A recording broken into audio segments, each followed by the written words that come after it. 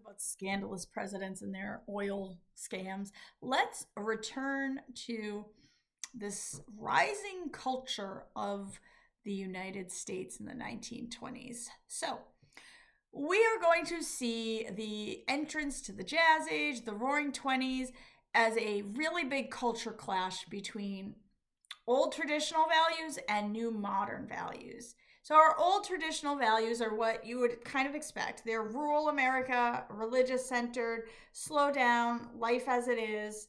Um, you're not, you're out living in your small community. Traditional roles, men do the thing, women stay home, raise the kids. There's a social cohesion to it. Um, Women are expected to stay at home, dress appropriately. They have no political involvement. They're raising the children. They're just, they're women. They're staying out of politics. But it's directly clashing with this new modern take of what it's like to be an American person. And we now have a really big split here because you can be this old traditional or you can be a new modern era person. These are usually people who live in the urban areas, the bigger cities that are continuing to grow. We're leaving some religion behind and we're looking into science and technology. Life is more fast-paced in the modern era.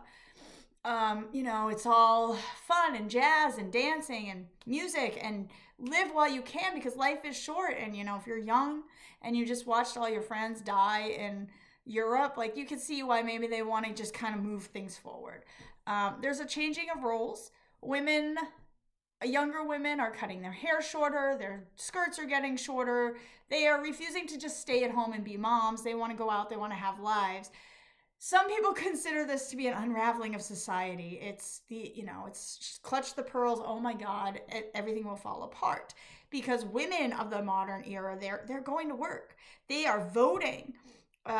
They're interested in science. They're not doing womanly things anymore. So we're going to see a culture clash between traditional and modern roles, and that comes from a lot of places. It comes from the new era of technology and mass production, really, which leads us to a new consumer culture because Henry Ford has really perfected the assembly line at this point.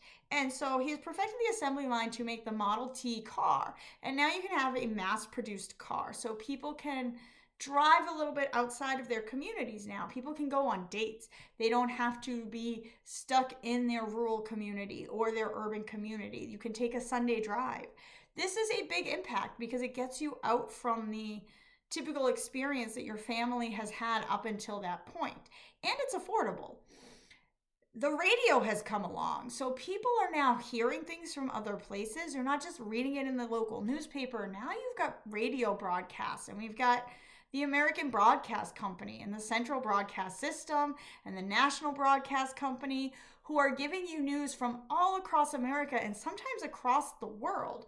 So you are getting more news that's not just localized. Because there's also availability of radio, now people can listen to sports games. They don't have to, again, you don't have to just read it. Your leisure time is no longer limited to what's in your area. Your leisure time can be used for going for car rides. You might take up golf. You might go swimming. You might go watch a baseball game now because with the assembly line that Henry Ford has created, we're also getting much shorter work days.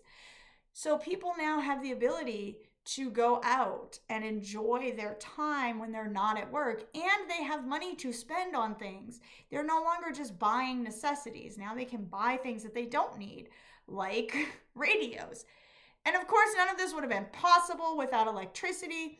And by the 1920s, electricity is really the major energy source. People have really shifted from gaslight and oil and kerosene, and now everything's electric.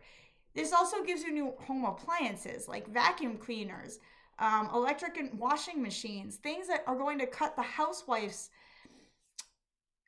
chores in half. So now she also has more leisure time. The kids have more leisure time. Everything is going to be very, very different than it was before. And with leisure time, we also see an explosion of Again, pop culture. So we've got popular music. Um, Ragtime and jazz are really going to take off in the 1920s. There's they're called serials, weekly shows on the radio where you listen to them and everybody's listening to them. So it's kind of like watching a series now on Netflix, like Stranger Things or something, right? Like everybody's watching it. They had the same thing. It was just the radio, and every week everybody would tune into the radio and listen to this story. We are going to get sports heroes, and we have this new place called Hollywoodland out in California where they're making movies with sound. So we don't just have short flip films anymore. We now have full-length movies with sound. So now we have movie stars.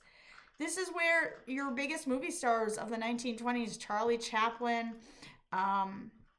Clara Bow, they come from this new culture. And then we've got sports stars like Babe Ruth, who is the greatest baseball player at the time, and Mickey Mantle.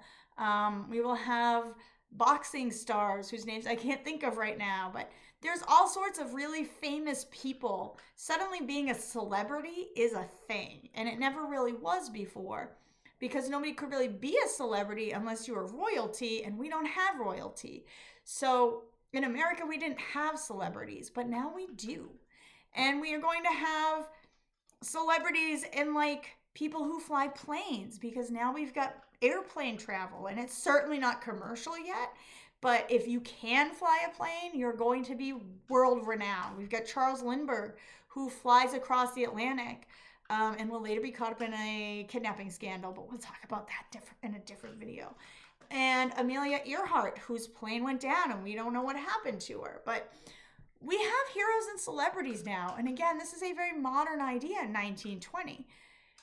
We also have advertisement. So people are more willing to buy things because they're being advertised at, usually through the radio. We always had advertisements in newspapers, but now you've also got advertisements on the radio. And these advertisements are now for products like cars, furniture, radios, vacuum cleaners, irons, washing machines. Like, you need this, you got to buy it.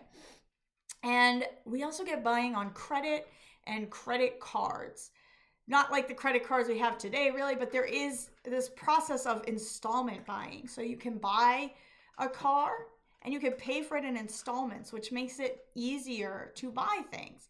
So what we're going to see during this time is a much more materialistic America than we have seen so far, that has never gone away, really. But again, you could see maybe why some of the traditional believers are horrified by this modern era, because it's a very big change.